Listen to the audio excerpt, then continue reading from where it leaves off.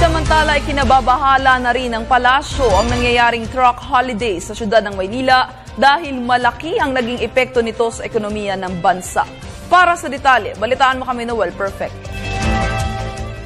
Si Pangulong Benigno Aquino III mismo ang nakapansin ng malaking pagpapahirap ang nangyari sa ekonomiya ng bansa nang magsagawa ng truck holiday ang mga stakeholders sa pantalan nang inimplementa ng lokal na pamahalaan ng daily truck ban sa lungsod ng Maynila. Dahil dito, agad na ginawang prioridad ng PPA at DTI gayon din ibang ahensya ng gobyerno ang mabigyang solusyon ng lumalalang problema sa ekonomiya sa bansa. Ayon kay Philippine Ports Authority General Manager Santa Ana, kanyang pinatawag sa ang lahat ng ahensya ng gobyerno na may kinalaman sa pagresolba sa problema ng bumabagsak na ekonomiya ng bansa bukas.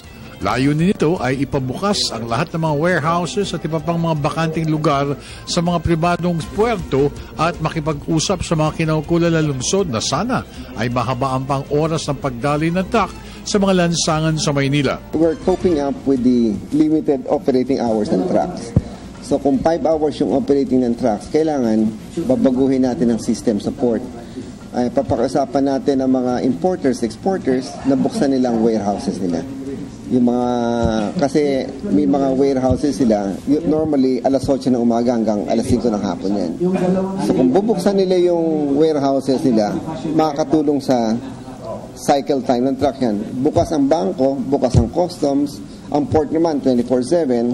So it will significantly help improve the turnaround time of truck. Kasi normally, 6 hanggang 8 oras ang standby ng truck sa warehouses. Kasama rin sa pulong bukas ang Customs, Land Bank, BIR, Manila Police District, Terminal, ICTSI, Harbor Center at iba pang mga agencies na may kinalaman sa waterfront matters.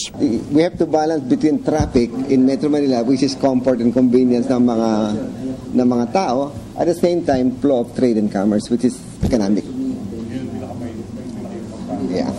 So we have a top level meeting tomorrow, customs, banks, importers, exporters, and hopefully we'll agree to a longer operating hours of warehouses, of customs, of banks, para yung narrow operating hours ng truck makatulong tayo.